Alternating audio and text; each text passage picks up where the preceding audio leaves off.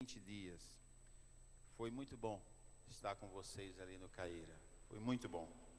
Às vezes a gente tem vontade de voltar nas congregações, por onde passamos, mas em virtude de tantas obrigações a gente fica impedido.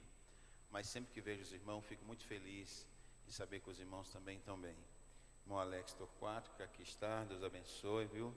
Agora nós vamos lá na ceia, dar uma glória a Jesus com os irmãos lá. Graças a Deus.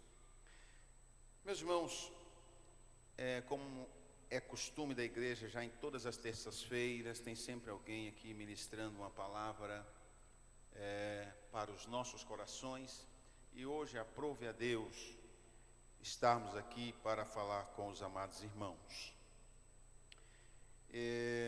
Não somos pregador, como os irmãos bem sabem. A gente sabe dar um testemunhozinho, não é verdade? Mas gostamos de ler um pouquinho a Bíblia e falar aquilo que Jesus nos dá. Eu acho que esse é o lema de todos aqueles que amam e apreciam a palavra do Senhor. Estamos vivendo tempos difíceis. Observamos que o mundo está vivendo uma inquietação em âmbito político, em âmbito econômico e, por que não dizer, no âmbito religioso também, né? Ontem, a imprensa do mundo todo se ocupou de falar da renúncia do Papa, que anunciou que sairá, parece que no final desse mês, né? Dia 28. De sorte, irmãos, que tudo isso nos leva a crer que a volta do Senhor Jesus está por um triz, que é necessário ficarmos firmados, que é necessário estarmos na presença do Senhor, que é necessário estarmos cada vez mais buscando a santa e bendita presença do nosso Senhor e Salvador Jesus Cristo. É a única salvaguarda, é o único escape, é estar pertinho de Jesus. Aí, em face desses acontecimentos, já surgiu tantos comentários, né? Os irmãos que estudam os acontecimentos, comparando com as profecias, já surgiu aí tantos comentários que a besta foi ferida, que a uma ia governar por um pouco de tempo e que a outra vai ressuscitar, enfim, não falta, tem para todos os gostos, mas o que nós queremos dizer é que Jesus está voltando. Isso nós podemos afirmar categoricamente. Meus irmãos, gostaria de meditar com os amados irmãos uma palavra que se encontra no livro do Evangelho segundo escreveu São Lucas, capítulo número 4. São Lucas, capítulo 4. Tivemos aí quinta, sexta, sábado e domingo, congresso maravilhoso com os jovens, essa nave toda tomada com os jovens. Como é bonito ver a mocidade adorando a Jesus, enquanto outros estavam se drogando, se matando pelas estradas, se prostituindo. Aqui tinha um grupo de jovens buscando a presença do Senhor, se fortalecendo espiritualmente. Isso é muito bom, né?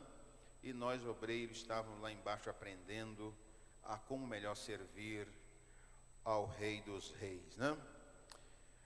São Lucas capítulo 4, nós vamos ler os versículos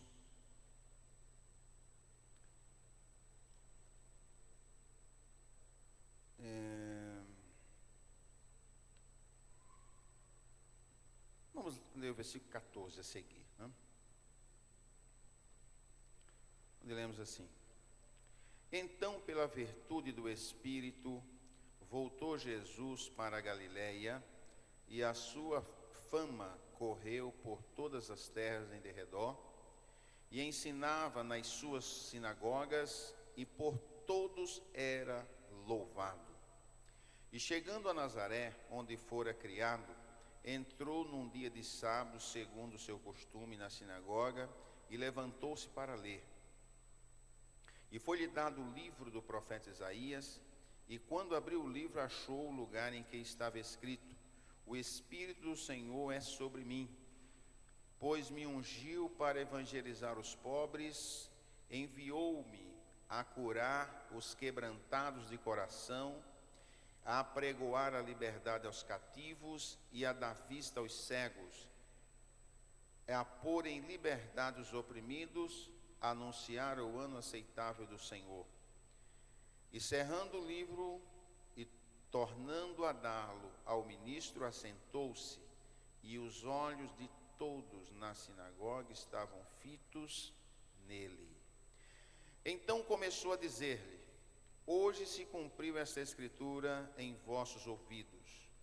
E todos lhe davam testemunho e se maravilhavam das palavras de graça que saía da sua boca e diziam: não é este o filho de José? E ele lhe disse: sem dúvida me direis este provérbio: médico, cura-te a ti mesmo, faze também aqui na tua pátria tudo o que ouvimos ter sido feito em Cafarnaum. E disse: em verdade vos digo que nenhum profeta bem recebido na sua pátria. E em verdade vos digo que muitas viúvas existiam em Israel nos dias de Elias, quando o céu se cerrou por 3 anos e 6 meses, de sorte que em toda a terra houve grande fome. E a nenhuma delas foi enviado o profeta, senão a Serepta de Sidom, uma mulher viúva. E muitos leprosos havia em Israel no dia do profeta Eliseu, e nenhum deles foi purificado, senão a Naamã o Ciro. E todos na sinagoga, ouvindo essas coisas, se encheram de ira. E levantando-se, o expulsaram da cidade e o levaram até o cume do monte em que a cidade deles estava edificada, para dali o precipitarem. Ele, porém, passando pelo meio deles, retirou-se. Fiquemos até o versículo número 30. Meus irmãos, nós acabamos de ler aqui um texto de uma importância tamanha para nós, servos de Deus, com relação à pessoa de Jesus e com relação ao cumprimento de algumas profecias que acerca de Jesus estava escrita. Inicialmente, nós observamos que o versículo 14 diz assim: e pela virtude do Espírito voltou Jesus para a Galileia. Então, irmãos, Jesus estava na Galileia, ele morava lá na Galileia, e a Bíblia diz que ele foi para o Jordão para ser batizado, por João. Depois a Bíblia diz que ele, pelo Espírito, ele foi levado ao deserto para ser tentado. Ficou 40 dias lá em jejum e também foi tentado pelo nosso adversário. Mas agora no capítulo 4, nesse versículo 14, a Bíblia está dando um outro enfoque muito importante, porque isso marcou um tempo, colocou um ponto final em um tempo e começou um novo tempo sobre o ministério terreno de Jesus, conforme vamos observar. Veja que pela virtude do Espírito, Jesus voltou para a Galileia. Veja que ele já tinha sido tentado. A Bíblia não diz quanto tempo demorou. A Bíblia não diz quanto tempo ele demorou até que chegasse em Nazaré. Porque nós observamos aqui que ele voltou para a região da Galileia, e lá tem muitas cidades. E Jesus foi voltando. A Bíblia não revela quanto tempo esse caminho de volta perdurou até chegar em Nazaré, mas a Bíblia diz que ele ia naquelas cidades circunvizinhas, e ele ia nas sinagogas deles, mas em nenhuma das sinagogas ele falou o que nós acabamos de ler aqui da sinagoga de Nazaré. Verdade é que nas sinagogas por onde ele estava passando até chegar em Nazaré, a Bíblia diz que ele ensinava, e a Bíblia diz que por todos, ele era o quê? Louvado. Vejam só que interessante. Mas quando ele chega em Nazaré, veja o que vai acontecer. Ele foi na sinagoga.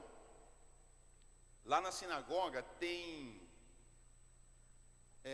por mais bonita que seja a sinagoga, tem 3 coisas que faz necessário ter na sinagoga. Eu até anotei aqui num papelzinho, não sei se eu vou achar aqui.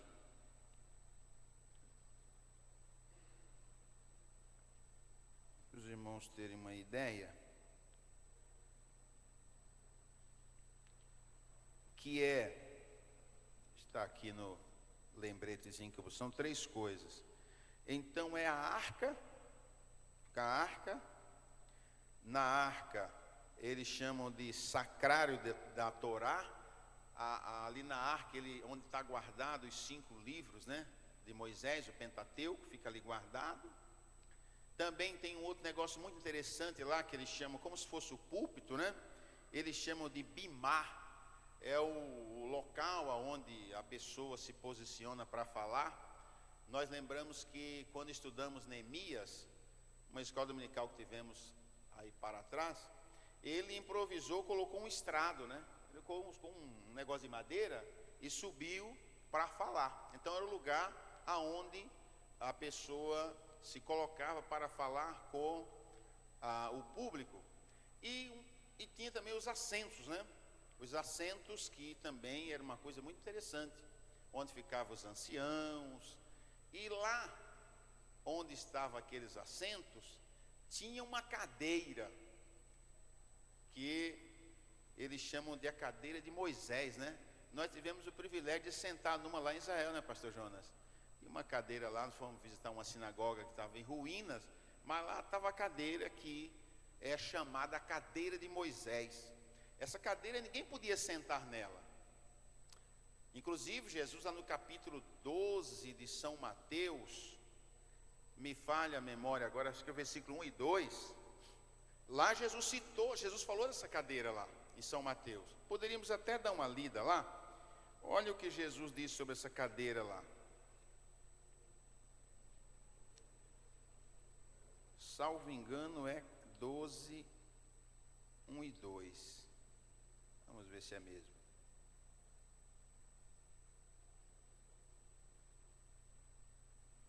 Não é, deixa eu ver se eu acho aqui onde é que eu marquei. Sobre a cadeira.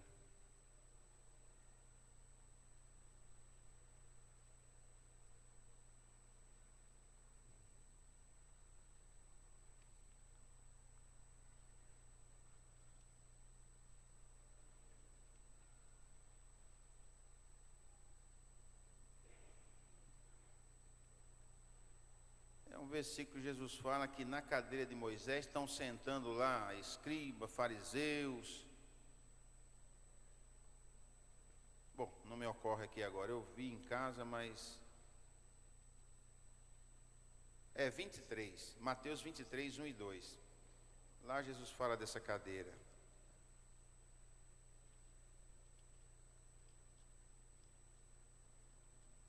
Olha o que ele diz. Então falou Jesus à multidão e aos seus discípulos, dizendo: na cadeira de Moisés estão assentados os escribas e os fariseus. Então, essa cadeira é muito importante. E ninguém podia sentar nela, mas tinha umas pessoas que às vezes era meio atrevido e sentava. Mas se formos ler, irmãos, voltando para o texto, o que nós lemos, para que possamos entender bem o que aconteceu naquele dia, depois que Jesus lê o livro, entrega ao ministro, nós observamos que a Bíblia diz que os olhos de todos estavam fitos nele. Aconteceu alguma coisa ali que fez com que chamasse a atenção do povo ali. Eu não encontrei aqui na Bíblia nenhum fundamento para dizer o que eu vou dizer agora. Eu ouvi um irmão pregando um dia, irmão do Belém, mas o pastor Jonas podia me ajudar.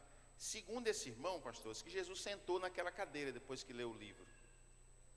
Segundo um pastor lá do Belém, eu sinceramente não consegui. A cadeira do Messias, né? Então, irmãos, segundo um pastor pregando um dia sobre esse assunto, ele disse que os olhos de todos estavam fitos em Jesus, porque depois que Jesus leu e disse assim: hoje se cumpriu essa escritura aos vossos ouvidos, segundo aquele pastor, Jesus sentou naquela cadeira. E quando Jesus sentou naquela cadeira que ninguém podia sentar, a Bíblia, agora eu volto para a Bíblia diz que os olhos de todas as pessoas começaram a olhar para... O que aconteceu aqui agora? Porque se nós lermos lá em Hebreus, aquela cadeira era a cadeira de Moisés. Mas vamos ler Hebreus capítulo 3. Vamos lá em Hebreus capítulo 3 para a gente entender bem o assunto, para não ficar nenhuma dúvida. Olha o que escritou aos Hebreus de capítulo 3, versículo... o versículo 2 e o 3. Olha o que diz a palavra de Deus: sendo fiel ao que o constituiu, como também o foi Moisés em toda a sua casa. Versículo 3: porque ele é tido por digno de tanto maior glória do que Moisés, quanto maior honra do que a casa tem aquele que a edificou. Aqui a Bíblia está falando que Jesus, sabemos que Jesus realmente tem muito maior honra do que Moisés, mas aqui o escritor dos Hebreus faz uma referência direta entre Jesus e Moisés. Verdade é, irmãos, que eu lembro agora que quando, lá no Monte da Transfiguração, quando Jesus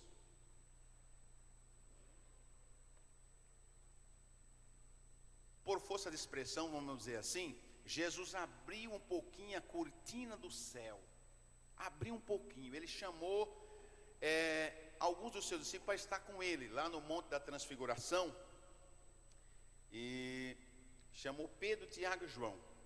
E a Bíblia diz que lá no Monte da Transfiguração, que também tivemos o privilégio de ver lá em Israel, ainda que não fomos, mas de longe, lá do monte, o monte lá de Elias, o Monte Carmelo, né? O irmão mostrou um monte lá na frente.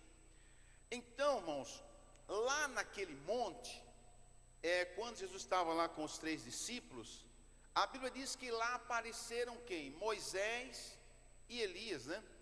E o assunto que eles falavam era sobre a salvação. O assunto, a reunião que Jesus fez com eles dois foi sobre o assunto era a salvação. E os discípulos puderam ver Jesus glorificado, puderam ver o céu por uma cortina aberta, viram um pouquinho da glória de Deus. E a Bíblia diz que Pedro, que era aquele moço muito empolgado, né? Ele se empolgou e não queria mais voltar lá do monte. E ele disse assim: Senhor, bom é estarmos aqui. Bom é estarmos aqui. Vamos fazer 3 tabernáculos? Um para ti, um para Moisés e outro para Elias. Esqueceu até dele, né? Então, irmãos, voltando para o texto agora, Pedro mais uma vez incorreu num erro muito grave, porque naquele momento ele colocava em igualdade Jesus, Moisés e Elias. Então, reportando para o capítulo 3, versículo 3 aqui, que Jesus tem muito mais glória, porque Ele é o Criador. Ele é o Criador. Então, irmãos, voltando para o texto, fazendo uma alusão sobre o que Jesus falara naquela noite, acho que uma tarde, um dia, não sei o horário, mas Jesus disse uma palavra com muita propriedade: hoje se cumpriu aos vossos ouvidos. Algumas coisas que nós vamos voltar para meditar com os irmãos, se o tempo nos permitir. Nós vamos ver, irmãos, muita coisa que Jesus disse aqui, quando ele disse: hoje se cumpriu essa escritura aos vossos ouvidos. Mas veja só. Então, ensinava na sinagoga e por todos era louvado. E chegando em Nazaré, onde fora criado, entrou no dia de sábado, segundo seu costume, na sinagoga, e levantou-se para ler. Que lá na sinagoga, irmãos, eles faziam duas leituras. A primeira leitura era a leitura da lei. Então, alguém levantava e lia a Torá, lia a lei lá. Depois, a segunda leitura era a leitura sobre os profetas.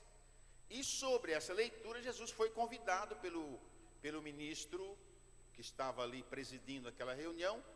E Jesus foi convidado a fazer aquela leitura. E quando Jesus faz a leitura, porque era comum, às vezes chegava uma pessoa assim na sinagoga, às vezes eles abriam a possibilidade de alguém ler, né? Nós observamos que lá em Atos dos Apóstolos, capítulo 13, versículo 14 e 15, se os irmãos quiserem acompanhar, lá está escrito que Paulo e Barnabé, eles chegaram numa sinagoga, e depois que eles, veja só, lá ele fala que depois que eles leram, o ministro lá leu sobre a Torá, sobre a lei, aí na segunda palavra, que era a palavra a leitura dos profetas, aí eles perguntaram para os dois varões, vocês têm alguma palavra de edificação aí para o povo? Vocês têm alguma palavra?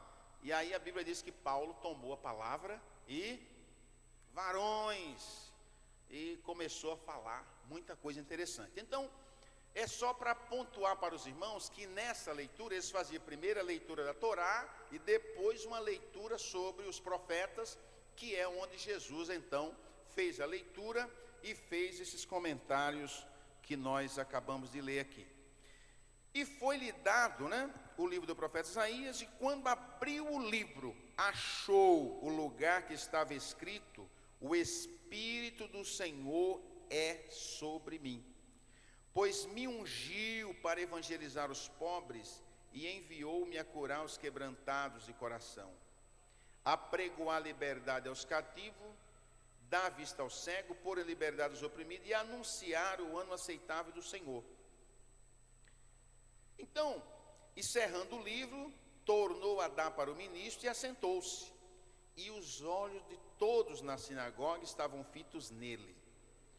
Então começou a dizer, hoje se cumpriu essa escritura em vossos ouvidos.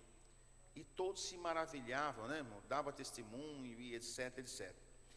É interessante a gente observar, irmãos, que Jesus, nas sinagogas que eu falei, por onde ele passou, a Bíblia diz que em todas onde ele passou, ele foi louvado. Mas nessa aqui de Nazaré, quando ele profere essas palavras, e se nós continuarmos lendo, aí lá o povo ouviu a mensagem, gostou da mensagem, estava alegre, satisfeito, jubilando, mas aquilo incomodou alguém. Jesus estava trazendo boas novas, boas notícias, boas novas, que é a pregação do Evangelho. Mas é interessante observar, irmãos, que aquilo que é uma boa nova para alguns, poderá ser, vamos chamar assim, más novas para alguém. Não é verdade, pastores? Não é verdade? Porque para o povo que habitava na zona da treva, na região da sombra da morte, raiou uma luz, foi uma boas novas. Mas para os religiosos do tempo de Jesus, aquilo acendeu uma ira. Eu lembro de uma palavra que Simeão falou com relação a Jesus, quando ele entrou lá no templo. Simeão, ele falou algumas profecias ali. E em uma delas, ele fala assim sobre Jesus. Isso está lá em Lucas, capítulo 2, versículo 34, salvo engano. Lá, Simeão vai dizer assim, olha, e este, se referindo a Jesus, é posto para a queda e elevação de muitos em Israel. Veja só, este é posto para a queda e elevação de muitos em Israel. Então, as boas notícias que Jesus deu aqui, para a massa, para o povo que estava ali, foi uma maravilha, mas para os religiosos da lei, para Herodes e tantos outros, não foi boa, porque depois nós, continuando lendo aqui, nós vamos observar que levaram lá para o cume do monte, onde a cidade está edificada, com qual objetivo, irmão? Qual é o objetivo que eles levaram lá? Para expulsar o que mais? Para se jogar, precipitá-lo lá embaixo. É íngreme, né? Ela é uma coisa terrível. Então levou Jesus lá e queria precipitá-lo para matá-lo. É interessante que se nós lermos o capítulo 4 lá, na tentação de Jesus, o próprio Satanás levou Jesus no cume do monte e falou assim, te precipita daqui, porque está escrito aos seus anjos dar a ordem. Agora não foi Satanás não, agora eles levaram e queria precipitar mesmo. Mas Jesus, a Bíblia diz que Jesus passou pelo meio deles, sem que eles pudessem tocar em Jesus, porque não era chegada a sua hora. Mas o que nós aprendemos disso, irmãos? Temos muita coisa a aprender nesse episódio ali. Toda vez que Jesus quer operar algo nas nossas vidas, na vida de uma cidade, na vida de um país, sempre levanta uma oposição ferrenha. Você há de convir comigo que o nosso adversário, ele não tira férias.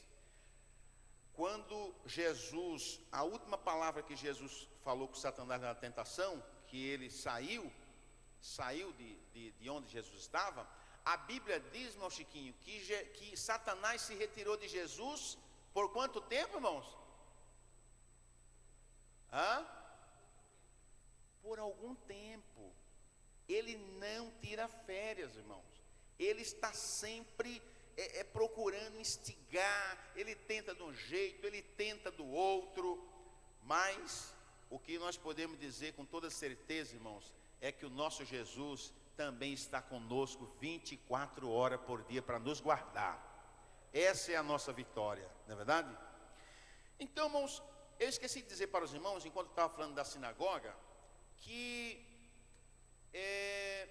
em falando de sinagoga, agora um pouco de história, eu estava observando que a primeira sinagoga feita nas Américas, fora lá de Israel, feita nas Américas aqui, onde nós estamos, foi lá em Recife, na minha terra, irmão Jura, lá em Pernambuco, a primeira sinagoga, pastor Jonas, é mole, lá na minha terra. Eu fiquei muito contente, viu? Não é verdade? Fiquei contente. 1637, chamava Carral Israel. E hoje, naquele lugar lá em Recife, existe lá um centro cultural judeu, centro cultural de judaísmo, lá de Pernambuco, uma coisa assim. E tinha muitos judeus que habitavam naquele lugar. Tem uma irmã que ela está fazendo arqueologia, ela estava falando para nós que os judeus que ali habitavam, quando teve aquele problema com Maurício de Nassau, os holandeses, eles foram expulsos e eles foram lá para Nova York. E lá eles fundaram aquele lugar lá que os irmãos gostam de comprar as coisas lá. Esqueci o nome da cidade lá em Nova York, é um lugar muito bonito. Aqueles que moravam lá em Recife que foram para lá e montaram aquilo lá, onde os irmãos vão comprar as coisas baratas lá. Aqueles judeus. Como é que chama? Isso. Tem uma loja, um lugar muito grande de fazer compras lá. Pois é, aqueles judeus que montaram lá, era lá de Pernambuco, era meus conterrâneos judeus, né? Então, irmãos, tem. Então, Esses acontecimentos que aconteceram ali, irmão, traz para nós. Agora, eu queria falar um pouquinho, irmãos, porque o tempo não vai deixar nós fazermos outros comentários, mas eu gostaria de comentar um pouquinho sobre, exatamente sobre a libertação que Jesus fala aqui. Ele fala aqui sobre os cativos, enfim, tanta coisa que ele fala aqui sobre da liberdade. E eu me ativo, eu vou pular essas duas folhas aqui, vou falar um pouquinho naqueles 10 minutos que me restam sobre essa liberdade que Jesus fala. Essa liberdade que ele fala aqui, da liberdade aos cativos, pregar o ano aceitável do Senhor, eles se reportavam a um acontecimento que acontecia lá em Israel a cada 50 anos, que era o ano do jubileu, onde todas as pessoas gozavam de uma libertação total. Porque lá eles plantavam a cada 7 anos, um ano a terra tinha que descansar, porque era chamado do ano sabático. Mas a cada 7 divisão de anos dessa, que dava 49, tinha o ano do jubileu. E nesse ano do jubileu, acontecia praticamente aquilo que Jesus está falando ali no capítulo 4. Da liberdade aos cativos, tirar da opressão aquele que está vivendo debaixo da opressão. Nesse período, todos os escravos, podia fazer um mês que estava de escravo, era liberto, e acontecia muita coisa interessante, aquela festa de jubileu. E nós ficamos pensando assim, puxa vida, eles não podiam plantar no 7º ano. Vamos pensar naquela partícula, naquele agrupamento de 7 anos, que no 7º eles não poderiam produzir, que dava 49 anos, não poderia produzir. Mas em seguida vinha o ano do 50º, que era o ano do jubileu, também não podia produzir. E aí como é que faz para comer? Ele plantou no 6º ano, veio o 7º ano, não plantou. O 8º, o 50º, também não podia plantar. Aí a Bíblia diz lá em Levíticos, lá no capítulo 25, versículo 21, olha como Deus é maravilhoso. A colheita do 6º ano, Deus multiplicava por 3, irmãos. Aquela colheita que ele colheu no 6º ano, ele comia dela no 7º, no 8º, e ele ia plantar no 9º. Aí ele poderia plantar. Aí depois a colheita ia demorar mais, 6 meses, 1 ano, conforme a lavoura. Eles estavam comendo ainda daquela colheita que colheram anteriormente.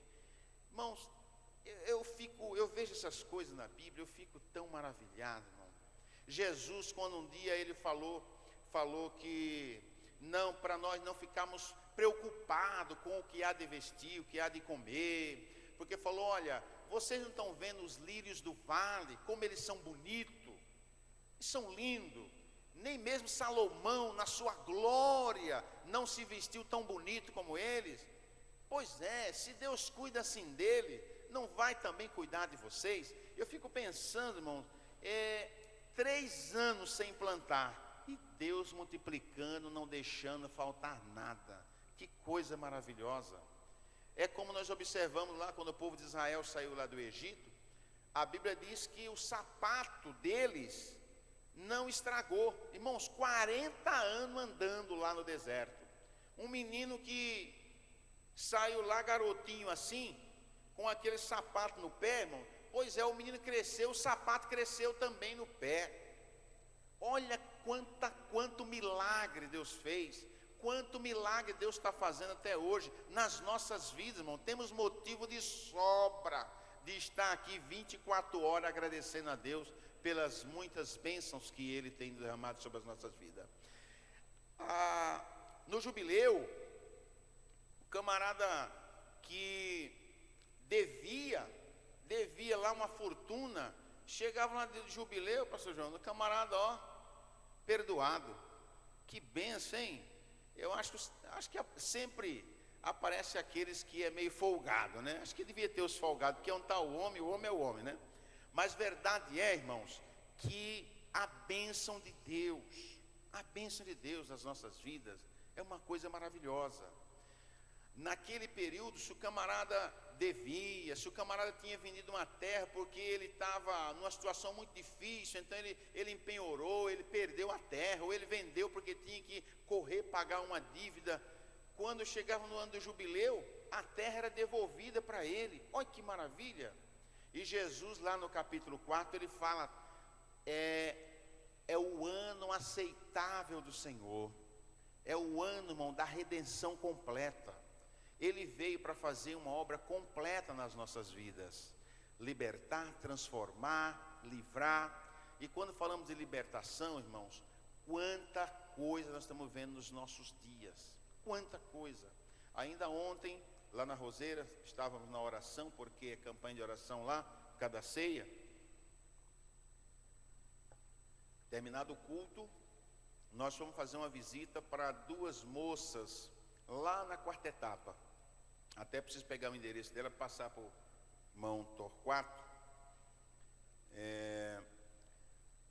Irmãos, até peço oração para os irmãos em favor dessas 2 moças. Elas são cunhada do filho do irmão Simão. Irmão Simão da irmã Fátima, lá na Roseira. Irmãos, uma coisa terrível. 2 jovens bonitas. Pensem 2 moças bonitas, loira, olho verde, bonita, umas moças muito bonitas. Uma com 21 anos está com uma criancinha lá, e uma outra um pouco mais nova. O que o inimigo fez? Fomos orar por elas, uma não saía do quarto de jeito maneira. A outra, oramos por ela, aceitou a Jesus e tal. Mas, os irmãos, não vou detalhar aqui, irmãos, mas para os irmãos terem uma ideia, essa mais nova que está mais perturbada, chama pelo nome do adversário direto, ela faz as necessidades fisiológicas dentro de casa, no corredor, fica num quarto. Irmãos, quanta gente oprimida, precisando de um socorro, e Jesus aparece como o nosso libertador. Nós temos, irmãos, esse socorro para dar. Quanto trabalho, irmão, para nós fazermos. Eu estava voltando lá com a dona Siné, falando, mas quanto trabalho para fazermos. Quanta gente clamando. Lá mergulhada na miséria, não pode se levantar, mas você tem um libertador na sua vida e pode ajudar uma pessoa como aquela. Irmãos, tem muita coisa para falar aqui, mas não dá mais tempo para falar. Eu gostaria que os irmãos orassem em favor dessas pessoas. E eu aproveitar que o irmão Torquato está aqui, eu vou passar o endereço para vocês, para as irmãs irem lá visitar essa pessoa. Porque, irmãos, esse é o nosso trabalho. Para isso Deus tem nos chamado, para fazer a obra enquanto é dia, porque a noite está chegando. A noite tenebrosa, a meia-noite está se avizinhando de nós a cada dia. Temos que levantar, fazer algo, irmãos. Não importa, não precisa, muitas vezes você ser ter muito. Tem pessoas que falam assim, irmão, eu não sei lá fazer, porque eu não sei ler. Não precisa, irmão, você tem que estar lá cheia do Espírito Santo, com a unção de Deus. Aí você vai lá e faz a obra, porque o inimigo tem escravizado muitas vidas. A gente anda pela beirada aqui desse dia de carnaval, pessoas caídas, oprimidas. Quanto trabalho, irmãos. Vamos fazer o trabalho do bom samaritano para resgatar as vidas, conforme temos lido aqui, que ele faz a libertação total. Porque quando ele diz que naquele dia descerá o Espírito do Senhor, eu estava lendo lá sobre o Espírito do Senhor, diz lá em Isaías capítulo 11, versículo 2, interessante que ele linka, Espírito do Senhor, ele linka algumas, até fiz questão de anotar aqui, não vai dar tempo de ler, mas só para falar para os irmãos assim, de uma forma bem sucinta, que ele liga o Espírito de, só vou ler aqui para finalizar, irmão Jura, prometo que eu não vou estourar o tempo.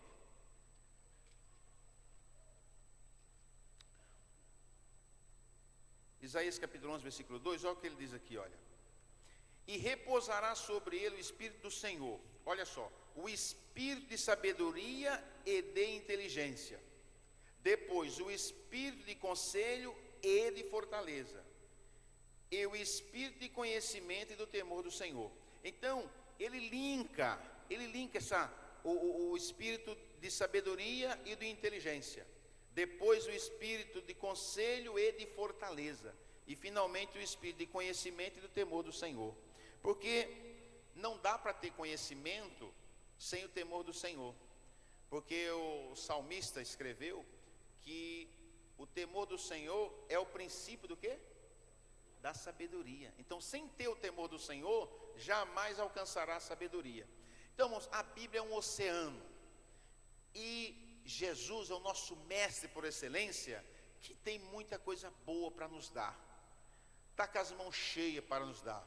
E quando ele vem, irmãos, a Bíblia diz assim, o meu galardão está comigo. Ele está trazendo coisa boa para nos dar.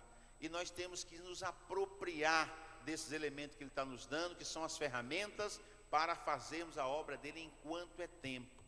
Então, irmãos, é tempo de levantarmos, é tempo de acordarmos, é tempo de proclamar essa liberdade que ele veio nos trazer, e não só para nós. É tempo de proclamar essa liberdade, porque a liberdade que nós estamos falando aqui não é aquela liberdade que a princesa Isabel, lá no dia 13 de maio de 1888, ela proclamou, não. Aquela liberdade que ela fez, a forria que deu para os escravos, foi uma liberdade fantasiada, porque eles continuaram mais que escravos, porque a liberdade foi apenas de trabalhar ali, mas a escravidão principal que eles viviam, continuaram. Essa escravidão, só quem pode libertar é o Rei dos Reis e Senhor dos Senhores, aquele que nos libertou e nos tirou com mão forte, e agora nós temos que levantar e usar as nossas mãos também para estender para alguém que está ali vivendo no lamaçal do pecado, para que Jesus possa também levantar e fazer algo na vida daqueles. E é isso que Deus espera de cada um de nós, né? Então, irmãos, orei por nós, que Deus abençoe. Irmão Jura, perdoe aí pelos minutinhos que passamos. E como estava falando no início, né? O pregador não é muito bom não, mas a palavra é boa, viu? Um dia teve um irmão que falou assim: irmãos, por que é que esses camaradas que estão pregando tanta desordem na televisão, pregando tanta da casa, da carro, tanta heresia, tantas coisas, estão pregando a palavra e muita gente ainda se converte, né? Aí um pastor bem velho, lá em Pernambuco, pastor Fernando, que é o vice-presidente da convenção, mas deu uma palavra tão sábia. Ele falou: irmão, sabe o que acontece? A mão é leprosa, mas a semente é boa. Que coisa maravilhosa, palavra sábia, né? Então, irmão, que Deus abençoe, que o Espírito do Senhor possa nos conceder vitória. Obrigado. Meus amados, nós cumprimentamos mais uma vez os irmãos com a paz do Senhor. Nós queremos anunciar que no dia 9 de março, nós teremos aqui na igreja o chá de mulheres. Estará aqui palestrando para as mulheres a preletora Helenilda Santana, de Ribeirão Preto, e está sendo vendido já uns convitezinhos a R$10. Convite, tem até um aqui, ó. As irmãs que vão participar desse trabalho devem procurar a irmã Nelsolândia, a irmã Érica ou então a irmã Suzy, e adquirir dela os convitezinhos para participar aqui do chá de mulheres. O ano passado teve e vai repetir este ano novamente este chá. Tem uma preletora que vem lá de Ribeirão Preto para trazer aqui uma mensagem para as irmãs. É claro que uma mensagem específica, né, para mulheres, e com certeza será uma oportunidade que as irmãs terão para se confraternizarem e ouvir aí uma bela mensagem pertinente ao sexo feminino, com certeza, e vai ser benéfico para todas as irmãs. Então, dia 9, isso em comemoração também ao Dia Internacional da Mulher, que é, na verdade, um dia que nós não podemos esquecer, né? Porque os maridos se esquecer é problema, né? Então, a gente não pode esquecer. E então as irmãs estarão comemorando esse dia, que é o Dia Internacional das Mulheres, e ainda adoçado aí com duas doçuras, né? O chá e a palestra que será ministrada nessa oportunidade. Então, as irmãs interessantes, só procurar a irmã da Solândia, irmã Suzy ou a irmã Érica e adquirir o convite com elas. Muito obrigado. Amém, irmãos? Guardemos a palavra, apliquemos e a bênção de Deus sobre todos nós.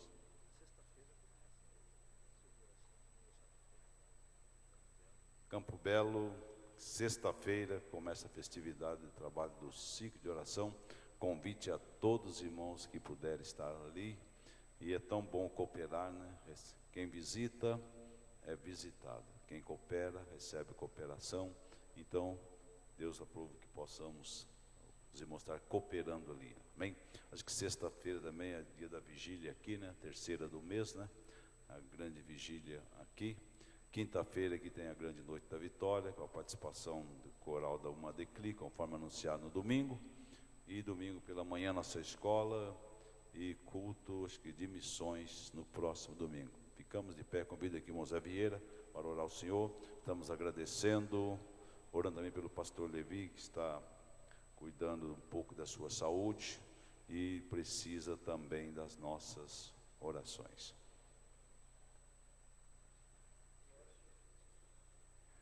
Saúde a igreja com a paz do Senhor. Oremos ao Senhor. Maravilhoso Deus e Pai de nosso Senhor e Salvador Jesus Cristo, nós te agradecemos, ó Deus Santo, por este momento tão aprazível que estamos aqui na tua casa, Senhor, aprendendo, Senhor, a tua santa e gloriosa palavra. Deus, Senhor dos céus, continua a nos abençoar, Senhor.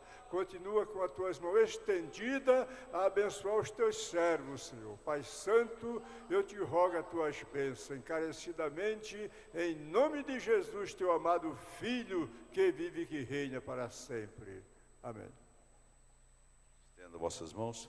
Que o grande amor de Deus e a graça do Senhor Jesus Cristo, a comunhão e a consolação do Espírito Santo permaneça em nossos corações e alegremente dizemos amém. Terminado em nome de Jesus.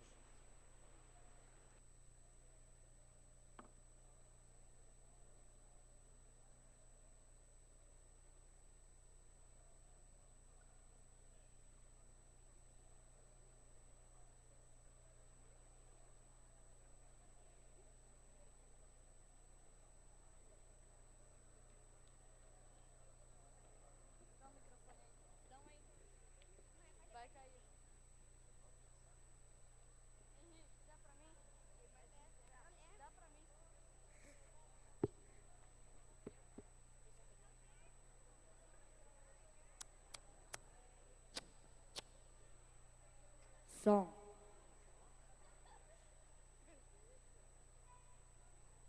O meu também. Oh.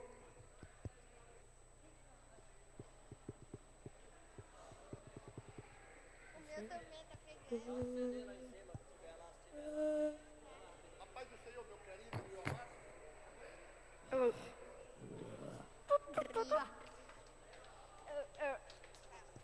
Chega.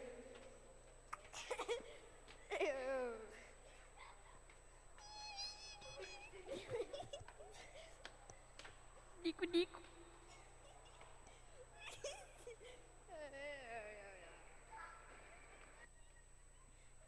Oh, não, CJ.